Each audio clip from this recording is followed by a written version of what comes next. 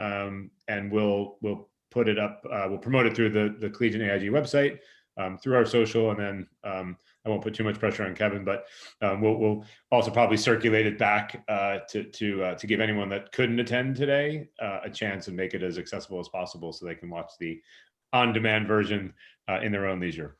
And that's my housekeeping piece. Maybe I'll hand to you, Kevin, to do intros. I don't want to steal any thunder, but I can just say I'm excited to listen in. And again, thank you for all panelists for participating. I think everyone's gonna get a lot of value out of this. Thanks, Jordan. Thanks for joining us, everybody. And I just want to thank Jeff Conrad and Mari Keisling for joining us today. I believe our session is going to be moderated actually by Jeremiah, who's a reporter with the Daily Collegian, and he is on. So I will throw it to you if you want to take over. All right, awesome. Thank you, Kevin, and thank you everyone for being here. I guess I'll start with a short introduction of myself before I hop right into the panelists. I am Jeremiah. I'm a lifestyle editor here at the Collegian, and I also identify as bisexual myself. And so I guess I just wanted to ask all of you at first, if you could introduce yourselves, tell us about what you do, just kind of let us know like who you are and stuff. We can start with Kevin.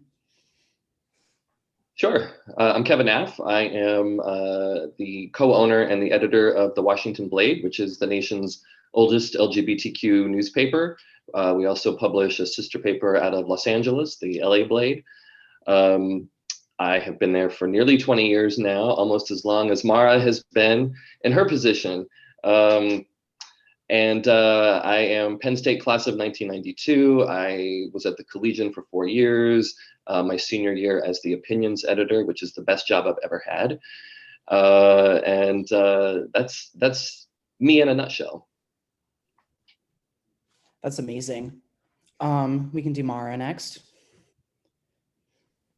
Thanks, Jeremiah. I'm Mara Keisling. I am the founding executive director of the National Center for Transgender Equality. And actually, I've only been at it for 19 years, Kevin. So I think you actually eke me out a little bit there. I am a Penn State grad. I took the long way at Penn State. I started in 1977 at University Park, but ended up in 1987 at Penn State Harrisburg. So I was on a 10-year plan. After my first 2 years, I went to work for a political polling firm for 6 years, and it sidetracked me. Then I went back to Penn State Harrisburg to finish up while I was also on the staff. This is the first time I've admitted this publicly, but when they hired me to run the Survey Research Center at Penn State Harrisburg, they didn't tell the chancellor that I didn't have a bachelor's degree. So my last couple of classes were, one of my last 2 classes I was teaching. Long story, the university probably doesn't want to know. Wow, that seems very complex. And then Jeff? Thanks, Jeremiah. Jeff Conrad, class of 83. I was an ag major. And we were talking earlier about being in State College in the 1980s. It was a challenging time for gay people. But I left there, worked briefly at a bank, got my graduate degree, and I've lived in Boston now for over 30 years. I've always worked in more of a private equity area, sort of focused or mostly focused on agriculture. Retired a few years ago, got very bored and started my own firm, again, focused on agriculture and then competing against a lot of the big corporates. And then through time, I've sort of kept my dabbled at Penn State with gay issues. I don't know if some of you remember in the late 90s, they revoked their domestic partnership program.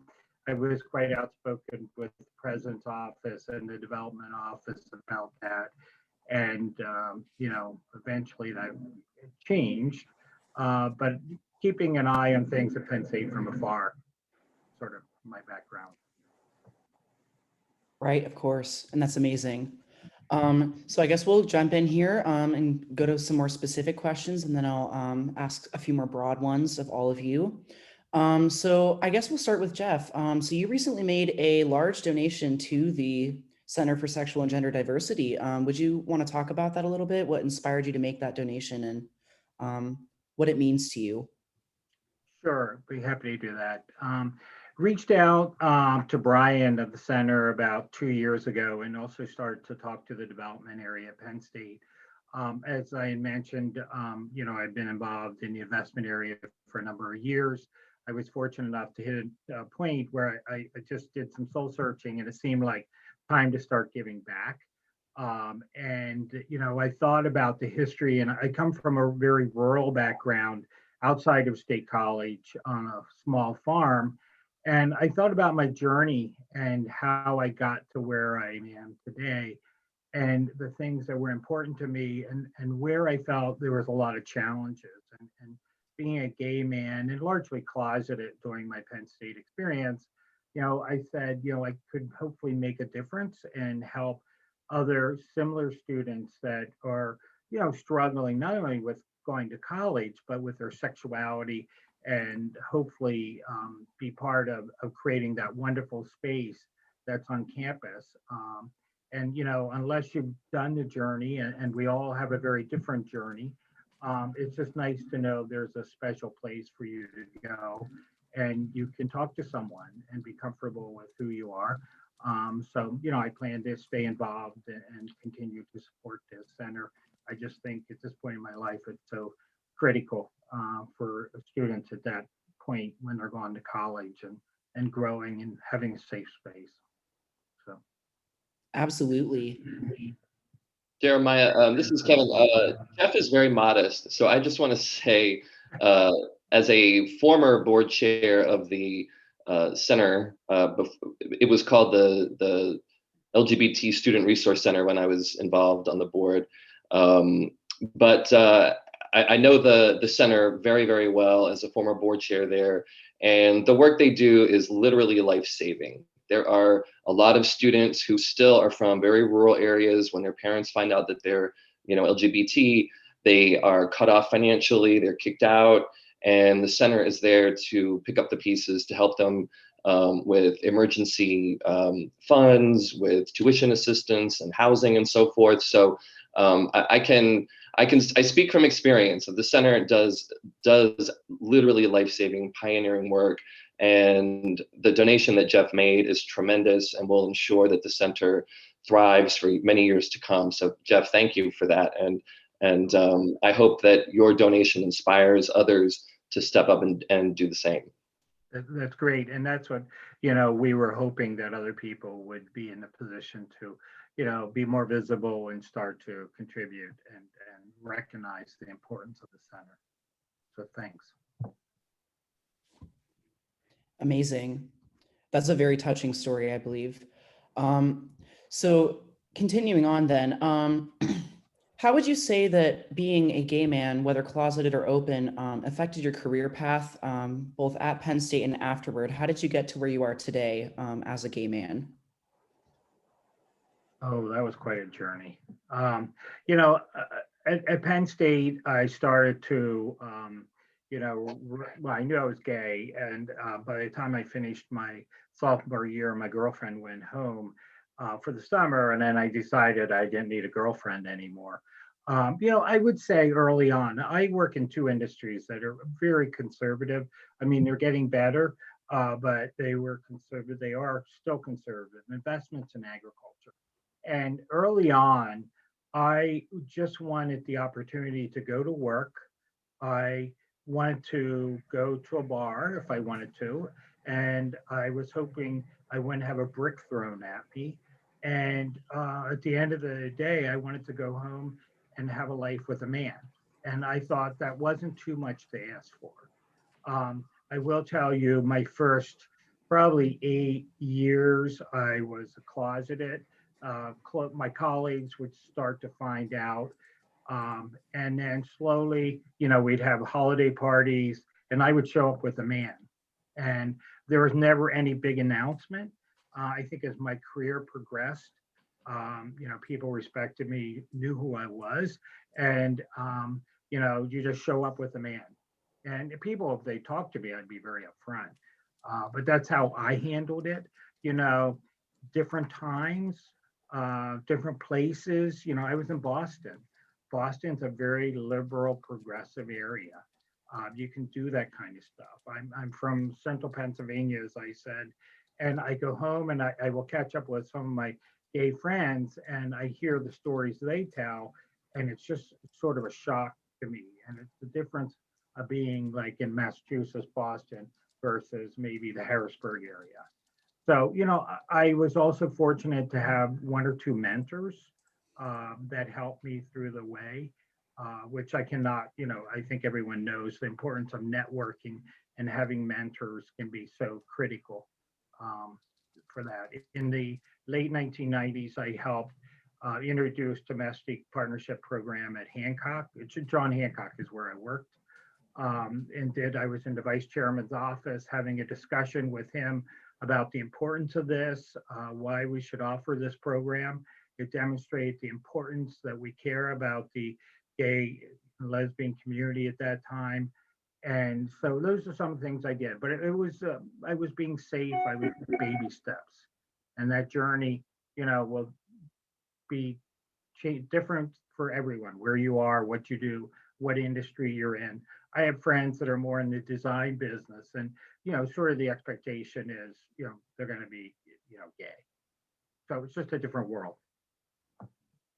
Right, of course. And that does sound like a very long journey, and it got you where you are today. So we can move on to Mara now. You founded the National Center for Transgender Equality, excuse me. So would you be able to talk a bit about that, about your time there, and about some of the things that you've accomplished in that role? Yeah, thanks, Jeremiah. So I founded NCT in 2003. 2002 and 2003 were really pivotal years for trans people. It's when most of the major organizations were founded, 5 or 6 of them.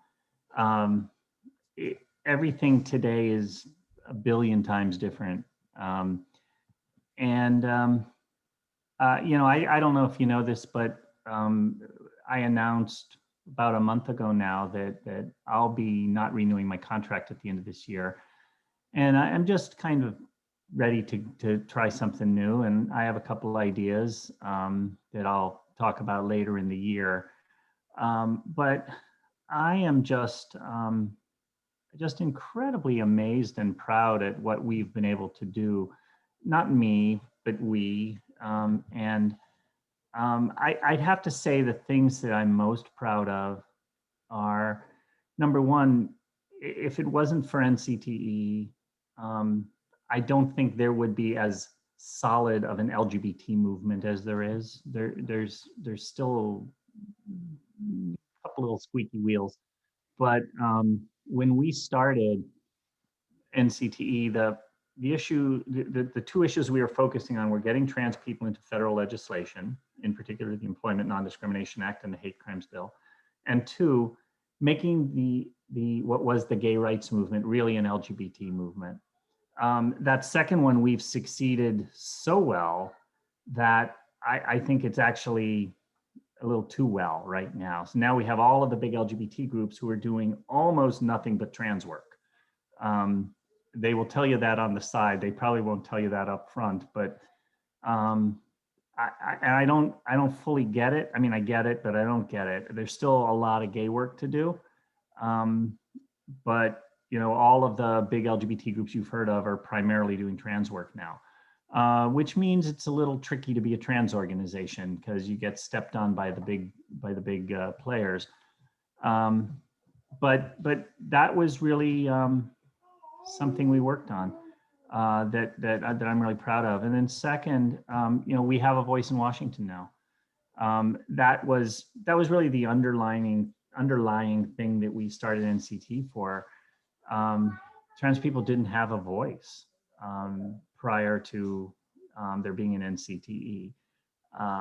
We members of Congress, members of state legislatures would go to the big gay rights groups and say, we're working on a transgender thing, and they would usually try their best, the gay groups, to get it right, but there weren't trans people speaking for themselves, and now there are trans people speaking for themselves. Although that is getting trickier and trickier with the big LGBT organizations moving in and doing all the trans work, or doing more trans work. They're not doing all the trans work.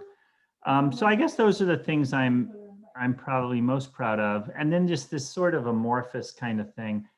I'm just so amazed and proud that I got to be part of this lightning fast moving movement. The trans movement has moved faster than any other human rights movement that I know of.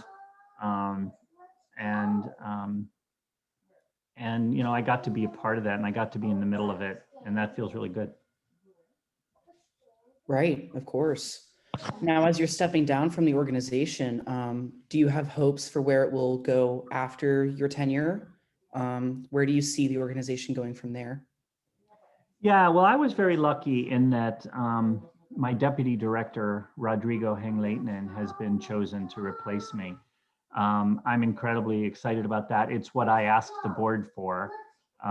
They also interviewed the jeepers out of him, and he had to prove himself. But they've selected him, and I couldn't be happier and feeling better about that. He's a super smart guy who has a very similar theory of change as I do. So I think he's going to just keep expanding the trans voice and just get a lot done. We're in the middle of a big push to really gain an electoral voice for trans people, to make us an important voting bloc. And and I know Rodrigo's got some really fantastic ideas about that. So I couldn't be happier or more excited about where NCT is going to be. We have, I think it's 18 amazing staff. We've been hiring so many people lately that I could be wrong by one or two people. I know I'm on vacation this week, and 3 different people started this week. So we might be at 18. It's possible we're at 19. Wow. That sounds like it's growing very quickly, which is a good thing then for your organization. Mm-hmm. So then moving on to Kevin a bit, I know you work at the Washington Blade, so I was wondering if you could tell me a bit about what you do there and the impact that you make working for that publication, which just passed its 50th anniversary. That's right. We turned 50 in 2019. The Blade was founded just a couple of months after the Stonewall Rebellion, so we're the nation's oldest first. And it's grown obviously quite a bit in the 50 years. We do a lot of political coverage. We're the only alternative outlet, queer outlet that's in the White House. So whenever you hear the president or the president's spokesperson addressing an LGBT issue, it's usually because our guy is there and asking those questions and holding the administration accountable for its many promises. So we do a lot of political news. We also do a lot of international coverage. We have a very robust immigration Latin America reporting project. So I have an international news editor who spends a lot of time in Central America. We have media partners all throughout that region. Essentially, recognizing that queer migrants have unique challenges. We've lost, unfortunately, a number of HIV positive migrants who end up getting detained at the border and don't have access to their medications. There are a disproportionate number of transgender migrants who are mistreated and held in inhumane conditions by ICE. We try to publicize those cases, and our reporting has led to about a dozen migrants, queer migrants, who have been freed from custody in inhumane conditions based on our reporting. So we do a lot of work around immigration in Latin America, as well as national politics and, of course, local DC news. Right, of course. And that's a wide spectrum too.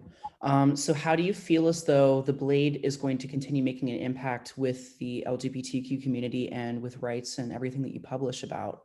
Where do you see the Blade going now that it's past 50 years? And where do you see yourself going in the Blade?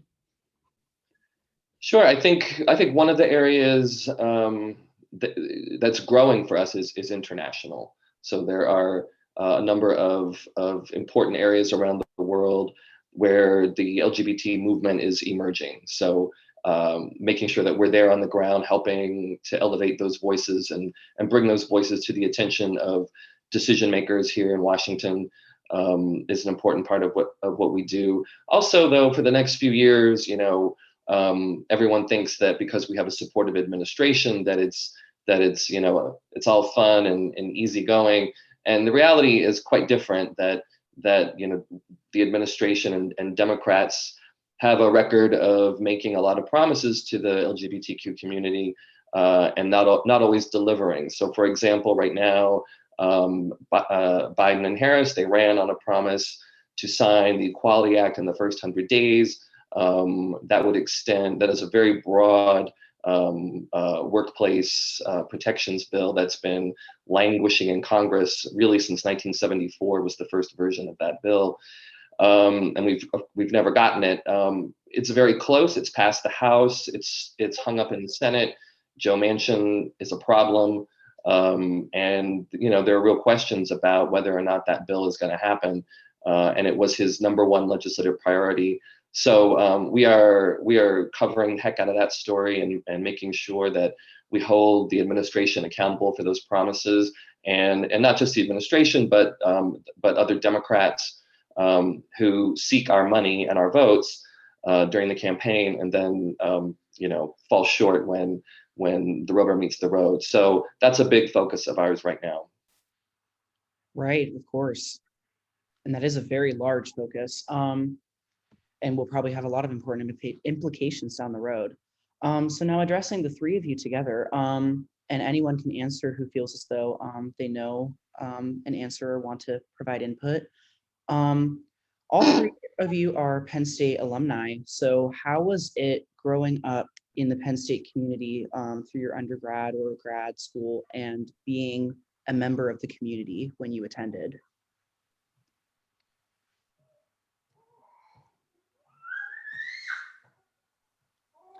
Well, I'll talk first since nobody else is talking, and say that I don't think I was part of the community. There was barely a community at Penn State in the late 70s. There was one guy in my dorm, Greg, who stereotypically was a theater major. And there were rumors that he was gay, but that was really the most of it. It was just rumors. But then he did tell me that he had gone down to Chumley's on a Sunday night and it was full of gay people. I think I was setting off his gaydar a little bit. And, so I did a year at the University of Chicago in the middle of my long college journey. And I was speaking there a couple of years ago, and when I opened it up for questions, a student said, "How is the University of Chicago, when you were there, how is the administration on trans issues?" And I said what I'll say about Penn State in the late 70s. There was no policies about trans issues. There were no trans people. There was no trans people out. I mean, of course, there were trans people. But it was so, the people who were out in the 70s, boy, are they heroes of mine. The courage that would have taken. I grew up in Harrisburg. In case anybody here is from my high school, I went to Susquehanna Township High School, and there were no trans people. Now, around the turn of the century, when I finally came out, I was actually at Stallions in Harrisburg in a pool tournament, and this trans woman who I didn't know, I hadn't noticed, came up to me and said, "How did you recognize me?" And I was like, I didn't recognize you. And then she proceeded to tell me who she was, and it was one of my best friends from high school. And neither one of us had ever slipped up and let the other person know. This is somebody who I spent a lot of afternoons with after school, just riding around and talking, and neither of us mentioned this because it would have been so hard. And so I would definitely say I was not part of the community. I would say there was barely any community. And I know Jeff talked a little bit about, was it hops? I don't remember hearing about hops, so maybe Jeff can pitch in because he followed shortly after me. Yeah, thanks. And I was there 1979 through 83. And like Mara, there really wasn't much of a community. Again, I come from a rural background. I think one of the reasons I went to Penn State is I was involved in 4-H and I knew of it because I went there and I was so sheltered. But I thought at the time it would be a big school and I could just sort of disappear. And I would say I spent 4 years of trying to be the guy in the corner and working to get good grades and working to get through college, but never wanted to bring any attention upon myself. There was a group called Hops, and I lived my first 2 years in Tenor in the East Halls. And there was like a few people that sat on a table, and I was always told they were Hops members. And, I was like, what is that? And one of my, friends told me it was the gay group on campus. I don't know if they had any space. I tell you, people would throw food at them. They were so ostracized. It was so sad. Then I had a situation in the dorm where we had some people that were somehow there were some phone calls and they knew there was a gay guy and they were trying to get him to come over because they wanted to beat him up. And so this is going on in the room next to me. And I'm thinking like, whoa, this is not the environment I want to be in. It was just a very, very tough environment.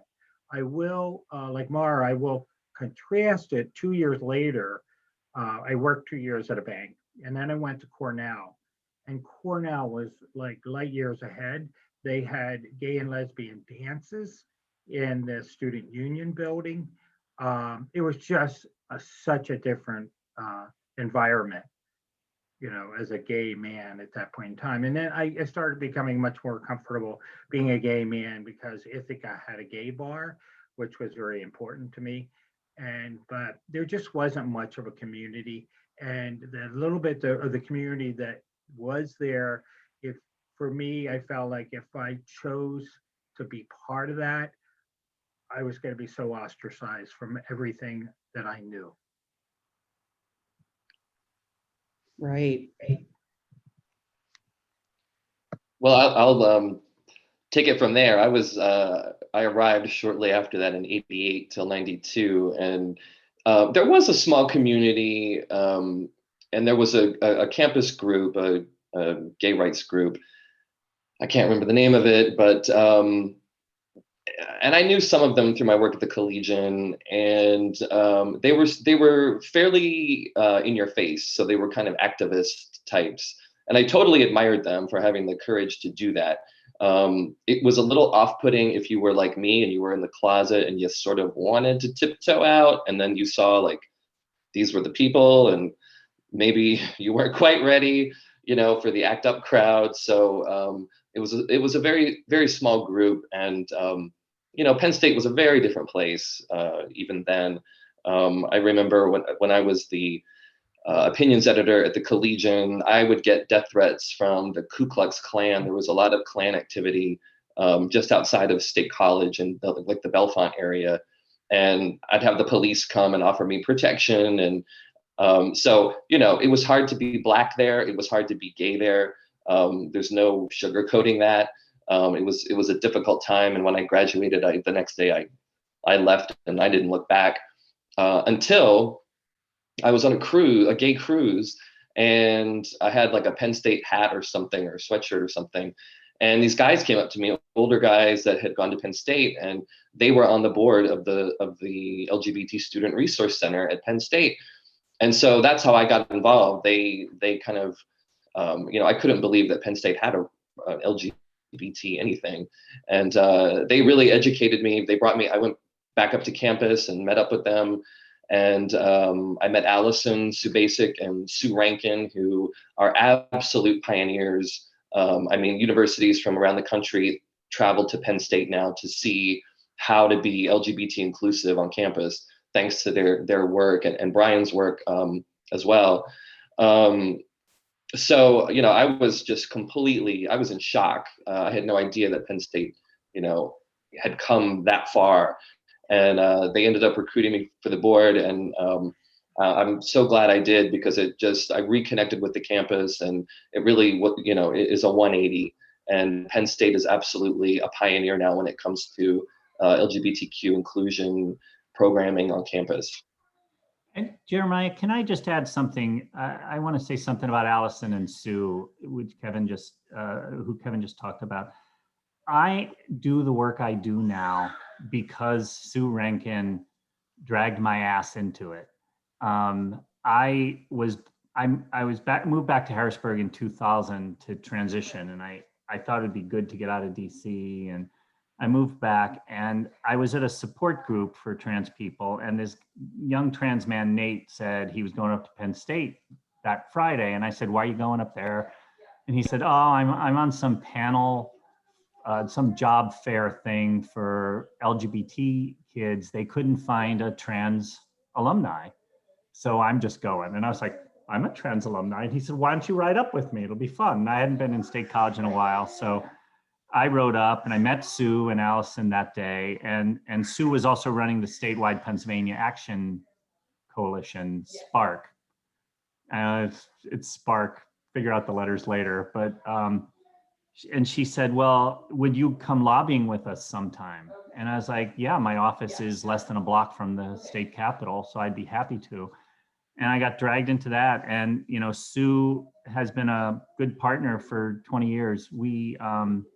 Sue's worked with us on our US Trans Survey.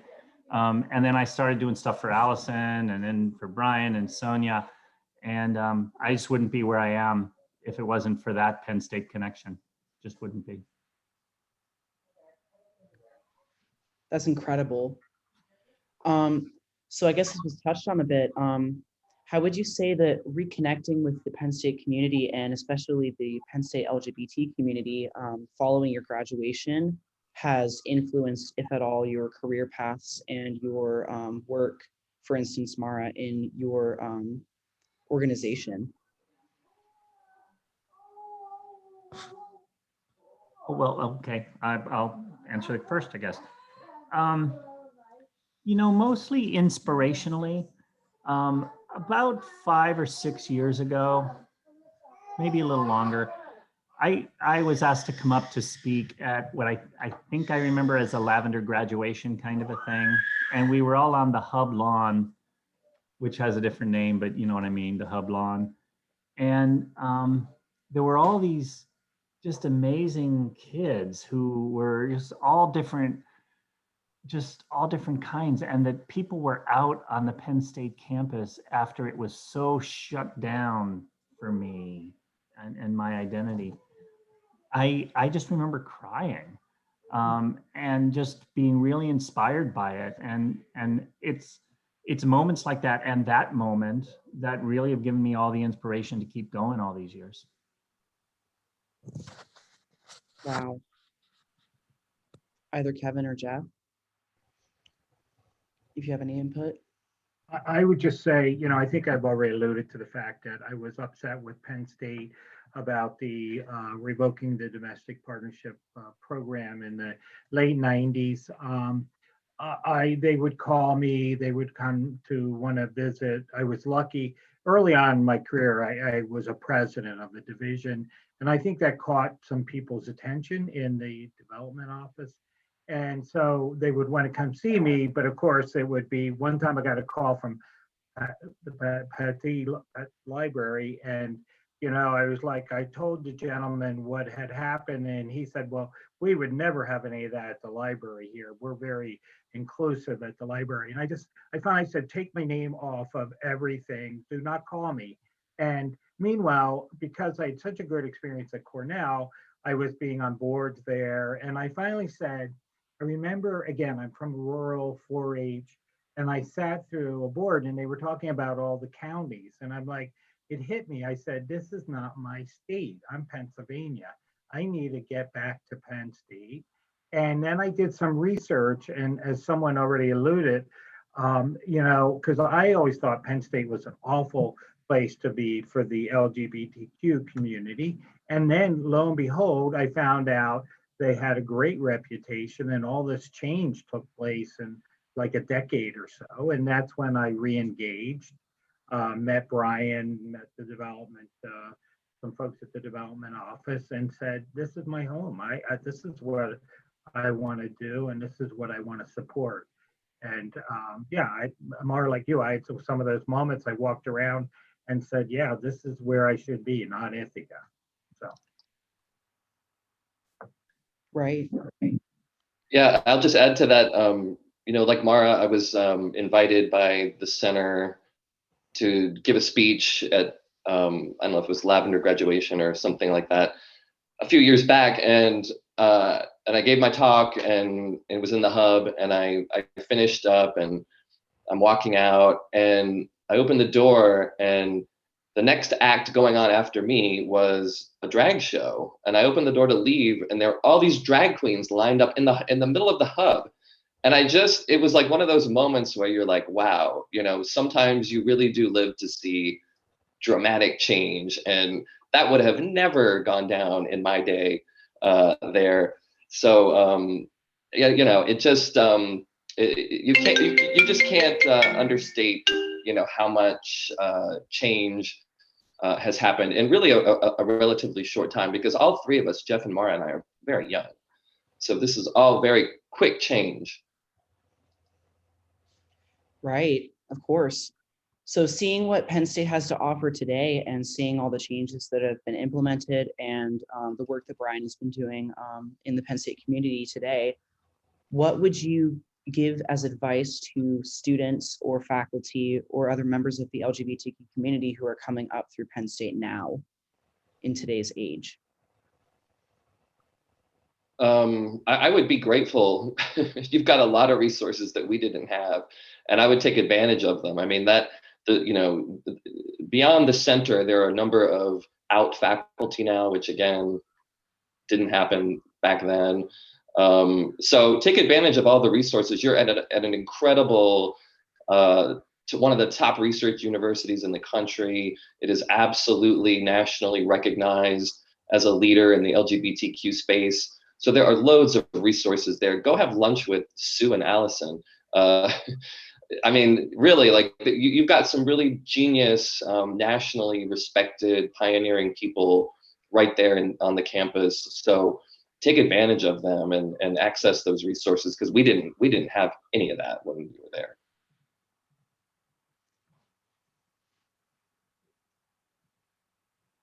Anything to add, or? I'm going to just say, find a way to help, find a way to make a difference, and how you do that really depends. I mean, even Kevin, Jeff, and I have very different relationships with the center.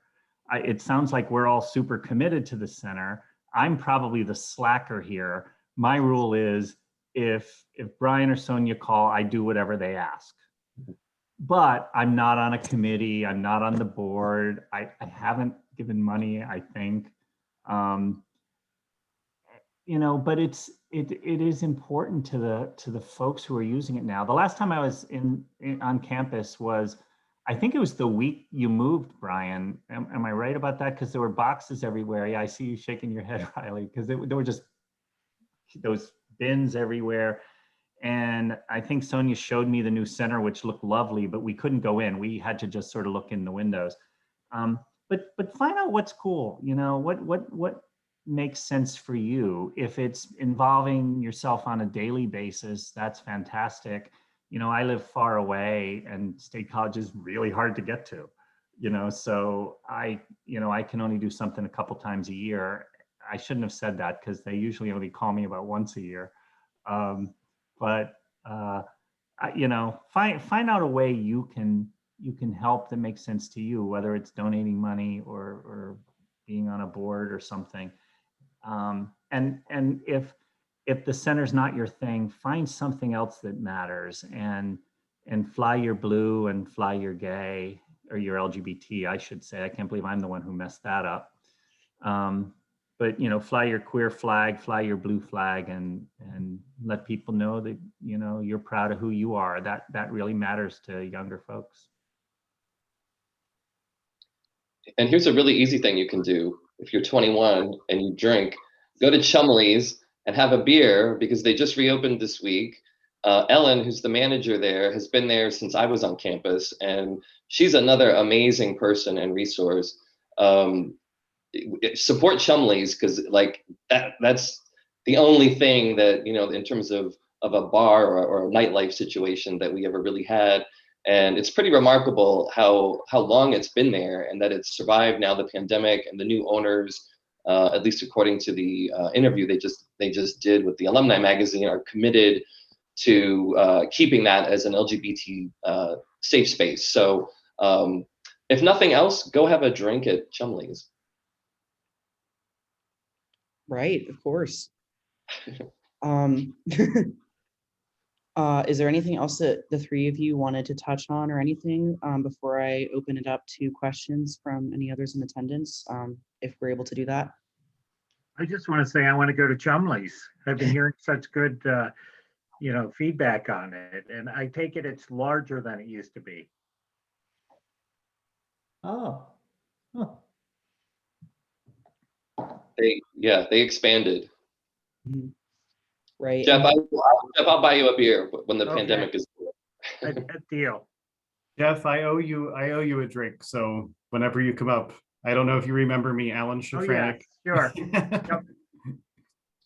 I'll take you up in that. I happy to take a lot of drinks. So. I just put the story about the Collegian story about the reopening in the chat. Okay, thanks. Oh.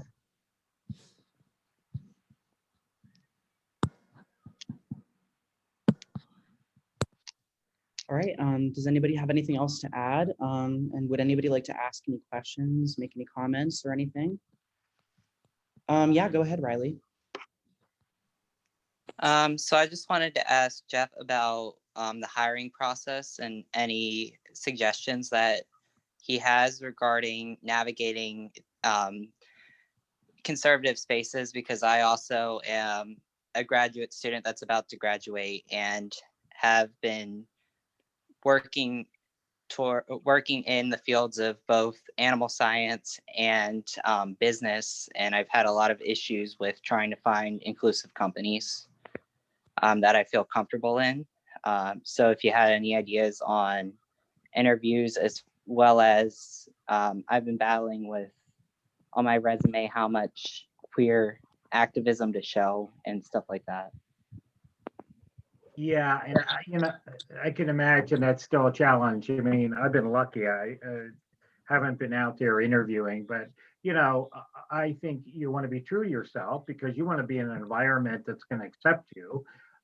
So I would always say you have to be true to yourself and seek out. I do think there's a big difference in geographic location of companies. There are certain areas where you're going to find more progressive liberal thinking than others. You can go to like the HRC website, get some scores. There are a number of different groups out there that will track different companies. I don't know, Glassdoor might be a place to go, but just try to figure out what kind of culture it is before you go in there. And, but we have to be true to ourselves. And I wish you good luck. And probably I'm not helping you much here, but there's no magic to this. So I think I'll stop. I'll chip in there, Riley. Having been in a situation where I worked for a big company and a big job, and my boss was a fundamentalist Christian who kept a Bible on his desk and blamed gays for 9/11 and all of that. You don't want to work for a company like that. So, be yourself, and it may take you a little longer to find the right fit, but trust me, you don't want to work for someone, for a company where you have to be in the closet. That will just be, no paycheck is worth that. Riley, if everyone's okay, I want to suggest another group, and you may already be aware of this group. It's Students for Cultivating Change. Awesome. They will be a lot of help for you as well. They have national organizations too. And at Ag Sciences, I'm the director of alumni relations at Ag Sciences. We do have some really great alumni that are out there throughout the organizations. So please feel free to reach out to me, and I'll share my information with everyone. But yeah, I'd be happy to get you some connections there as well. And Jennifer Leo is a wonderful resource for you through Students for Cultivating Change. Yep, thank you. I actually was on the officer board for 3 years of SCC. It is an awesome organization, and I do recommend it as well. Can I also add, Riley, that people like mentoring. People like being experts. And so I have found in my career that anytime I went to somebody and said, hey, will you take a moment to just have an informational conversation with me? I'll buy you lunch. First of all, they will always end up buying you lunch, which is good because you're the student, so they'll probably buy you lunch anyway. But people tend to be really willing to give good advice. And then you never know when they're going to hear about a job opening, or once they hear what you're thinking of, they really might have some good idea. And it's good networking. And then when you get to, and it's just good networking.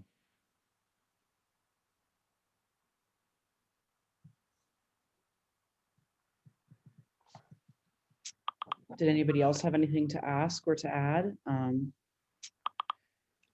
If not, I had a question for Kevin, actually, and it may apply to others in the group as well. Not sure. How do you navigate as an LGBTQ person bias in your stories and reporting and in the journalistic industry, especially if you're writing for the Washington Blade and working with them, which is like a gay publication? Say that first part again. How do you navigate eliminating bias in your stories if you're writing about something that has to do with your community? Yeah, I mean, right. The way I tell my folks, usually we do get a number of people who will apply for jobs thinking that we're an activist group, and I have to quickly remind them that we are journalists. We have an interest in the outcome of many issues we cover, but we do our best to cover those issues in an objective way. So we are journalists first. But that is an issue that that does come up from time to time, is kind of squashing people's urge to editorialize. But we hire trained journalists. So and being LGBT is not a requirement. We've had many straight people come through our doors. Who are journalists and just wanted to cover an exciting beat for a couple years. So it does come up, but not as often as you might think. And I just, Jeremiah, while I'm talking, I just wanted to show you that I did find my Collegian t-shirt today. And it still fits. That's incredible. That's old school, Kevin. That thing has value now. I don't have a Penn State sweatshirt. There's two kinds of, so I've spoken at, 150 colleges over the last 20 years. And I'd say about a third of them give you sweatshirts when you speak. And Penn State's just not one that I got a sweatshirt from. This is not a hint, Brian. We can fix that. I'm going to tell Sonia. We can fix that. It really wasn't asking for a sweatshirt.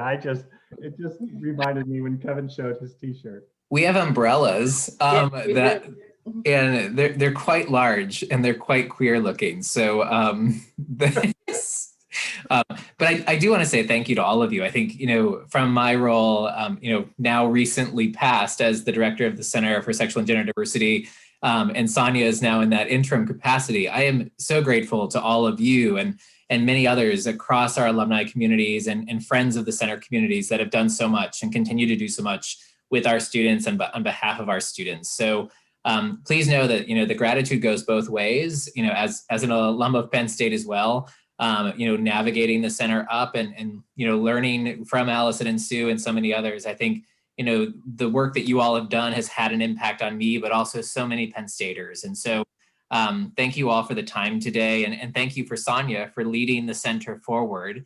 As I still get to support the center in my new role, Sonia is at the helms right now. And so I'm excited by that. But again, thank you for the time today. I got a 1-day warning. No, I'm just kidding.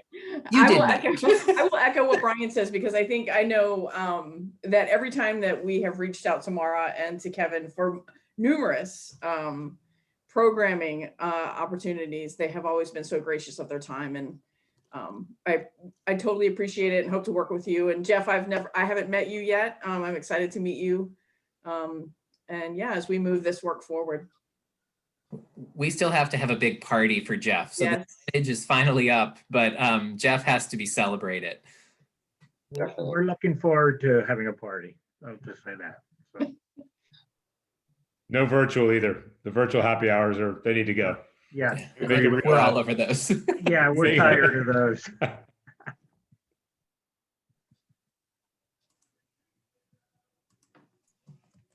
Jeff, one thing I would like to say is the College of Ag Sciences says hello. I learned about this a little late this morning, so I was starting to pass it around. So we have some regrets that weren't able to join us. And I actually talked with a couple of other people on a couple of committee calls for the Ag Alumni Society Board. And I tried to throw it out as much as possible. But a lot of people said, please say hi. So yeah, there are many people that say hi from Ag Sciences. Great. Here for Ag Sciences. And I said it earlier, but if anyone wants the link, we're going to post it. It'll probably be live tomorrow on the Collegian AIG site, and we'll probably just push it through social as well. Happy to email it to you as well if that's useful. Awesome. Thank you. Thank you so much, everyone. And also, I know Kevin was talking about this a little bit earlier. We do have a new merch shop open, and they are offering rainbow themed, LGBTQ themed Collegian merch. So I can see if I can find that link from Maddie, our editor-in-chief, and I can send it in the chat if anybody is interested. Of course. That's awesome. Jeremiah, is that linked? That's within the newly launched just Collegian merch shop off the homepage? Yes, I believe so. There you go, Kevin. In action, work in action, progress. All right. Thank you. Mara, we're going to have to get you a t-shirt and a sweatshirt now.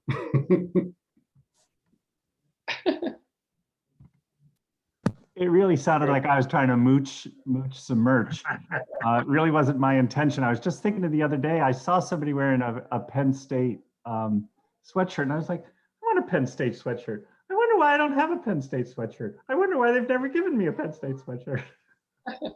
It's totally good. I can always buy my own damn sweatshirt, so I'll get on that. Right, and for the shop, I do think that there's tie-dye things and some other things similar to that that are available in different types of clothing, t-shirts, quarter zips, etc. And I believe to find them, you just have to go into the clothing and see what color options it offers, and some of them will have that. So I just thought I would put that out. Or Kevin, your logo is totally out of date. So. Slightly, yeah. Violates the style guide, dude.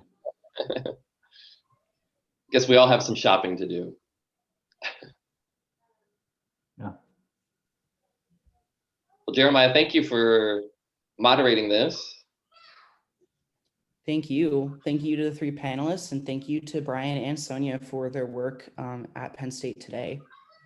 And Jeff, thanks for supporting the center the way you do. That's so important. And, you know, I took a different career path that makes that a little harder. All right. You're welcome. Happy to do it. And I look forward to getting to State College at some point when things get back to normal, whatever the new normal is. Thanks, everybody. Have a great afternoon. Appreciate everyone's time and input and feedback today. Thank you. Great. Great. Thanks everybody. Everyone. Bye, everybody. Bye-bye. Have a great day. Thank you.